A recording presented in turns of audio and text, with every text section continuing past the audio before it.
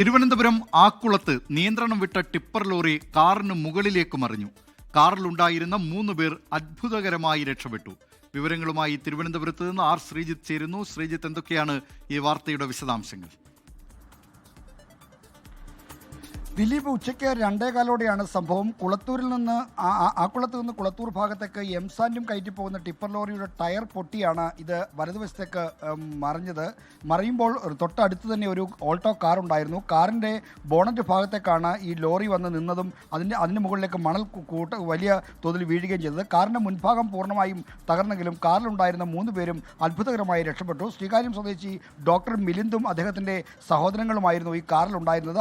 അവർ പരിക്കുകളൊന്നുമില്ലാതെ രക്ഷപ്പെട്ടു എന്നതാണ് ഏറ്റവും ആശ്വാസകരമായ വാർത്ത. കാറിൻ്റെ മുൻഭാഗം ഈ അപകടത്തിൽ പൂർണ്ണമായും തകർന്നിട്ടുണ്ട്. ഈ ടിപ്പർ ലോറിയുടെ ടയർ പൊട്ടി വെളിയിൽ വന്നതായി നമുക്ക് ദൃശ്യങ്ങൾ കാണാം. ടയർ വളരെ ശബ്ദത്തോടു കൂടി പൊട്ടിയപ്പോഴാണ് ഈ ലോറിയുടെ നിയന്ത്രണം വിടുകയും കാറിന് മുകളിലേക്ക് മറിയുകയും ചെയ്തത്. വലിയ ഒരു അപകട സാധ്യതയുണ്ടായിരുന്നു. ദൃശ്യങ്ങൾ വളരെ ഭീകരമാണ്. പക്ഷേ യാത്രക്കാർ അത്ഭുതകരമായി രക്ഷപ്പെട്ടു. കാറിൽ 3 യാത്രക്കാരാണ് ഉണ്ടായിരുന്നത്. തിരുവനന്തപുരത്ത് നിന്ന് വിവരങ്ങൾ നൽകിയത് ആർ ശ്രീജിത്ത്.